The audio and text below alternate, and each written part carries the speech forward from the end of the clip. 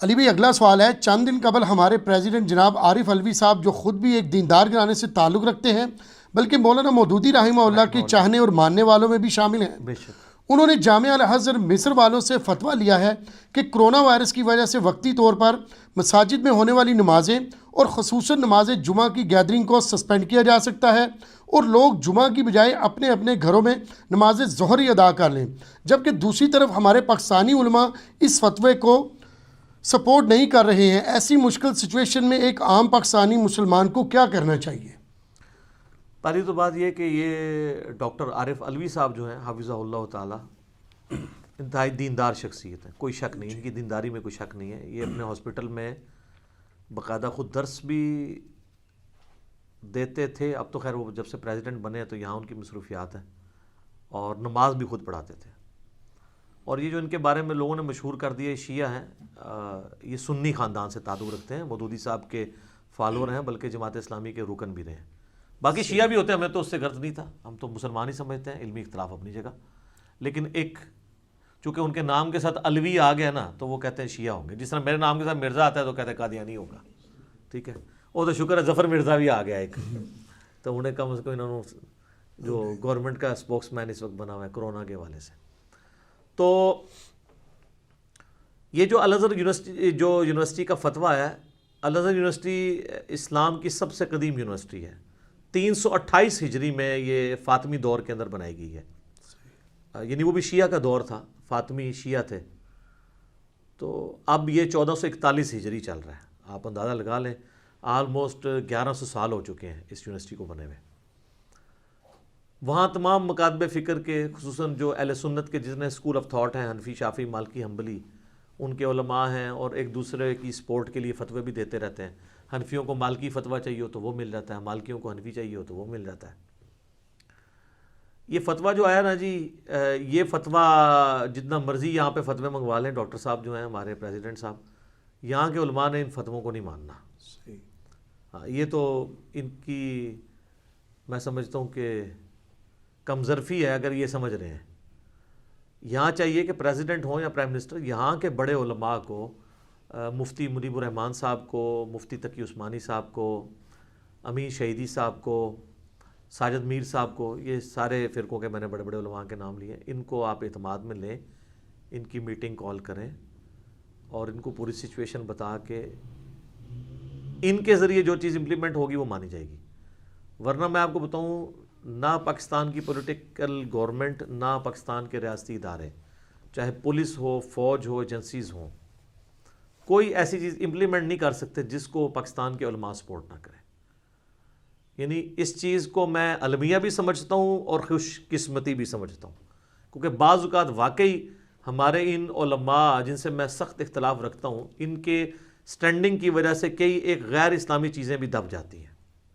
میں اسپیسیفکلی اس کیس کی بات نہیں کر رہا، جنرل بات کر رہا ہوں۔ جس طرح پاسپورٹ سے انہوں نے وہ اسلام کا خانہ نکال دیا تھا، تو اس وقت پھر علماء کی وجہ سے ہی ان لوگوں کو ڈیسیژن واپس لینا پڑا۔ یہاں پر میں سمجھتا ہوں جو پاکستانی علماء نے انہوں نے جو فتویٰ دیا ہے وہ بڑا آپٹیمل فتویٰ ہے۔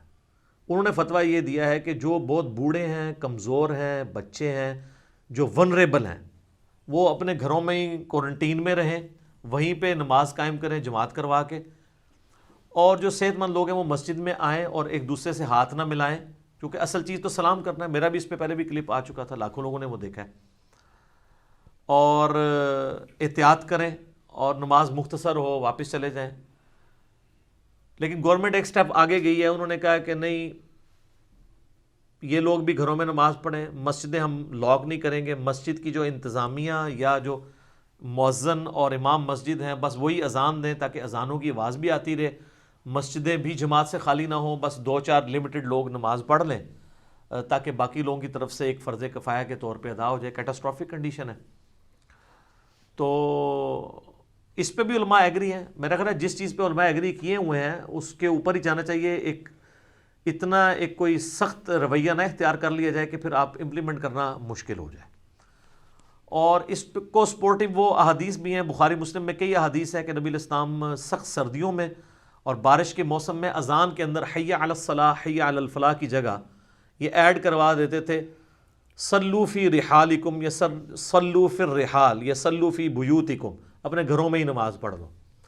اور بلکہ بخاری مسلم میں حدیث ہے کہ جمعے کا دن تھا تو ابن عباس نے مؤذن کو اذان کے دوران ٹوکتے ہوئے کہا. اس پہ امام بخاری نے باب باندھا ہے کہ اذان کے دوران گفتگو بھی کر سکتے ہیں،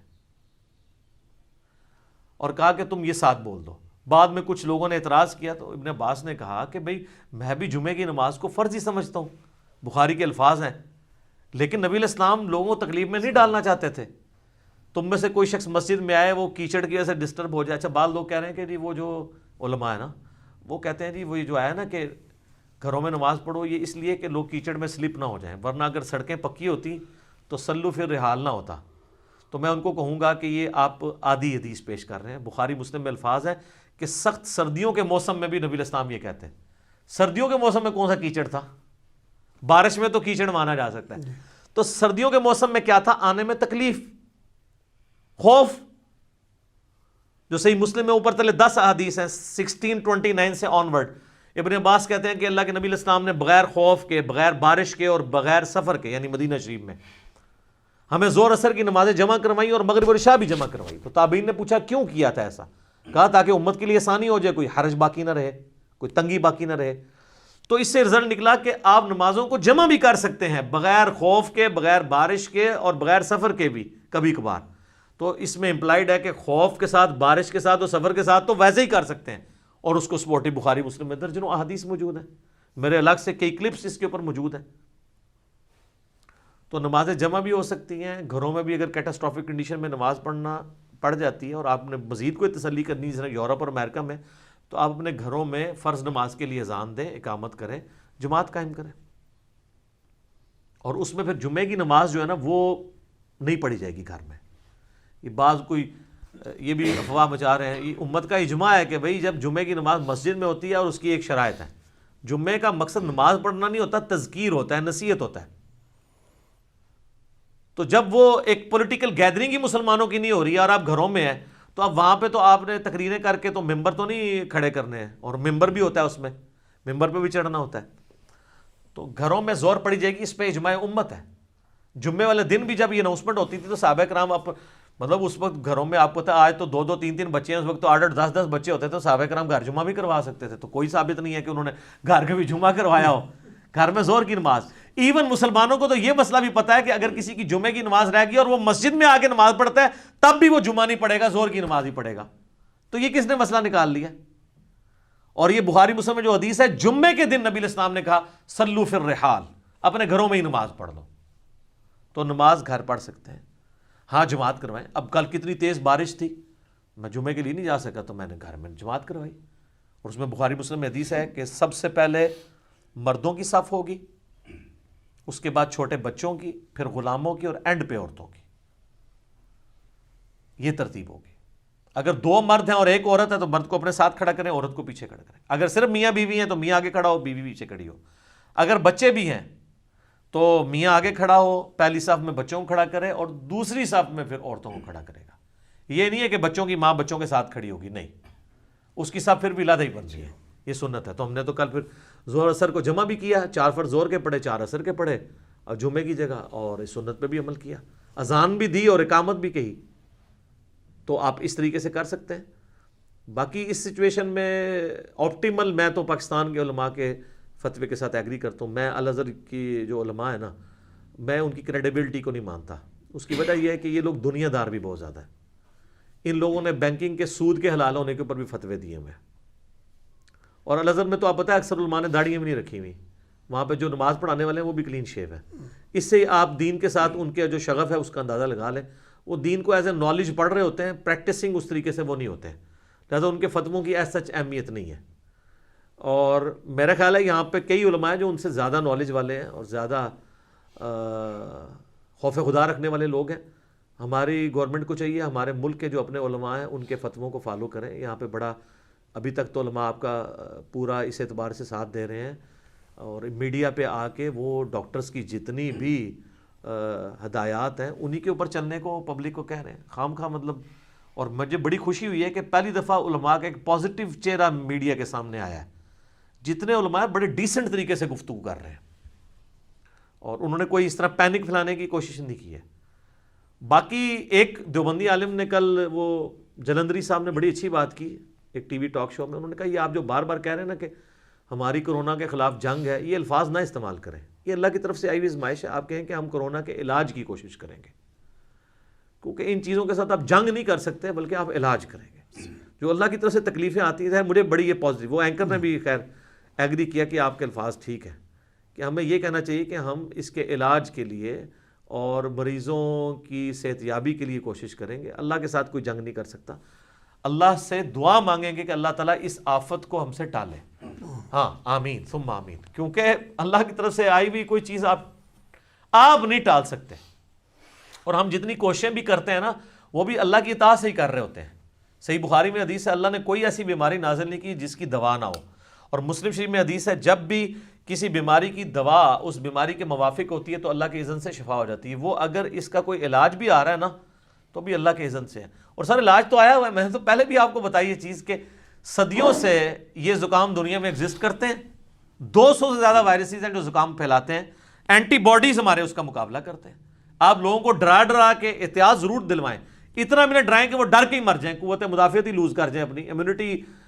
تو یہ ہمارے اندر جو اللہ کے فضل سے اینٹی باڈیز ہیں, میں نے آپ کو ابھی یہ ڈاکٹر شمسی صاحب کا تو بیان ابھی آیا ہے, ان سے بہت پہلے میں نے آپ کو بتا دیا تھا کہ چائنا میں جو لوگ مریض ٹھیک ہوئے ہیں ان کا خون جو ہے وہ دوسرے مریضوں کو لگایا جا رہا ہے کہ ان کے اینٹی باڈیز وہاں پہ ٹرانسفر ہوں تاکہ وہ کرونا سے لڑ سکیں, اور اس سے بڑے لوگوں کو شفا ہوئی ہے.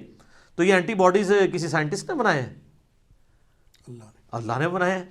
اور یہ آج سے نہیں بنا رہا. ہمیں فلو کتنے عرصے سے ہو رہا ہے؟ مجھے تو آلموسٹ ہر سردیوں میں فلو ہو جاتا ہے.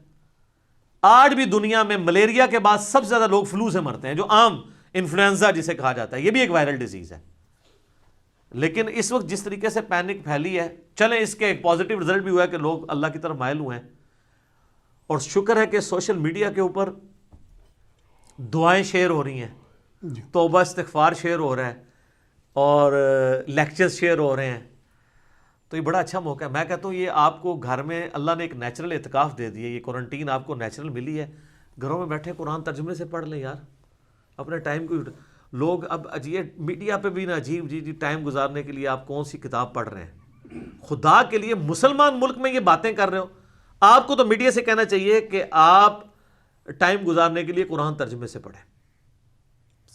وہ دکھا رہے ہیں کوئی جناب وہ تالیاں بجا رہا ہے, کوئی ورزش کر رہا ہے, کوئی جو ہے وہ میوزیکل انسٹرومنٹس بجا رہا ہے. ٹھیک ہے ورزش کریں آپ, ہمیں کوئی اعتراض نہیں ہے. لیکن آپ لوگوں کو یہ بھی ترغیب دلائیں کہ یار لوگ جو ہے وہ قرآن پڑھیں ترجمے کے ساتھ.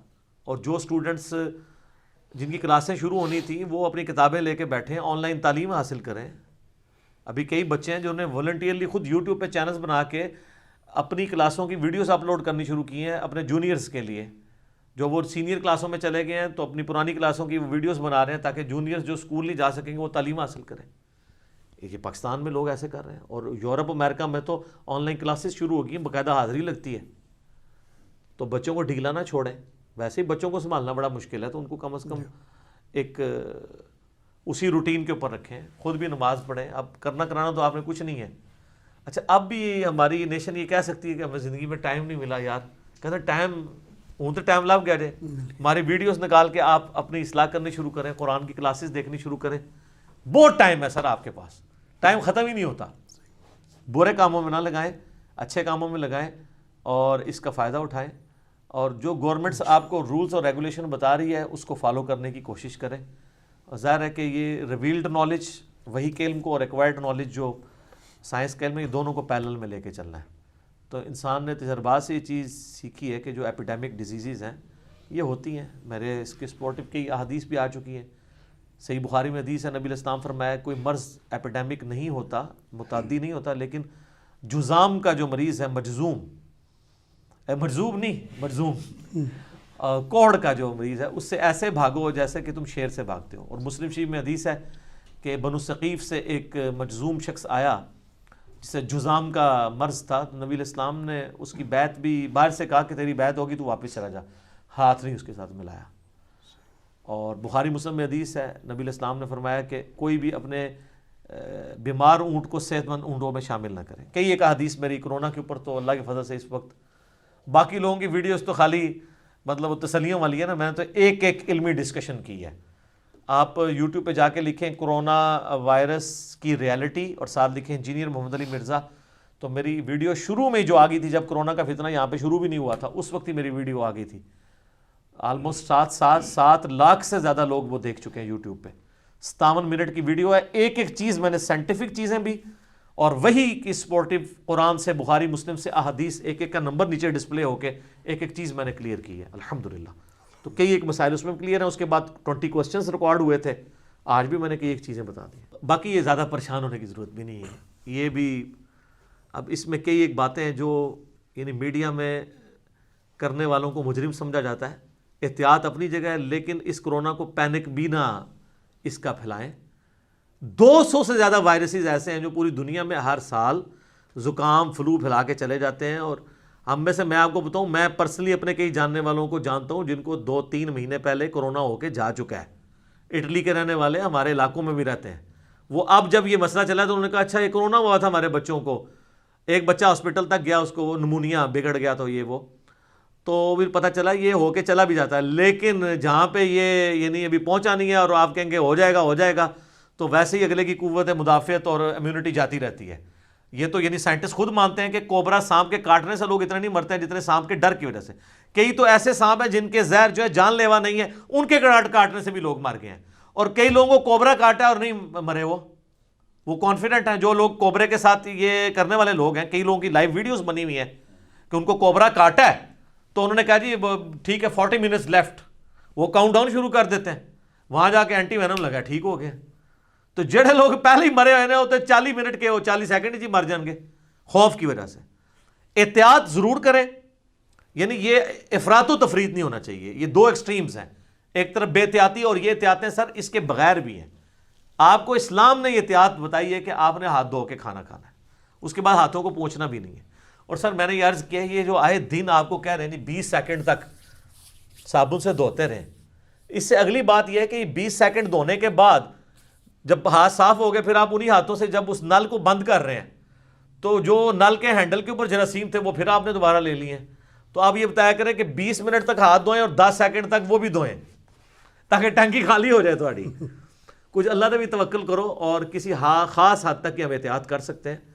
اور میں نے آپ کو بار بار وہ وظائف بتائے ہیں کہ آخری 3 صورتیں صبح و شام 3 دفعہ پڑھ لیں، اپنے جسم پہ دم کر لیں. اس سے بہتر کوئی وظیفہ نہیں ہے. جامعہ ترمذی میں سنن نسائی میں حدیث ہے جب یہ 3 صورتیں نازل ہوئیں المعوذات، 3 پناہ دینے والی صورتیں، سورۃ الاخلاص، سورۃ الفلق اور سورۃ الناس، تو نبی علیہ السلام نے باقی دعائیں چھوڑ کے انہی 3 صورتوں کو لے لیا تھا. سب کچھ ہے اس کے اندر. سورہ اخلاص میں توحید ہے، اللہ کا بہترین ذکر، اور ذکر ہی تو شیطان کے اگینسٹ اور ساری چیزوں کے اگینسٹ اللہ کی پناہ دیتا ہے. سورۃ الفلق باہر سے حملہ آور ہونے والی ہر چیز کے اگینسٹ اللہ کی پناہ.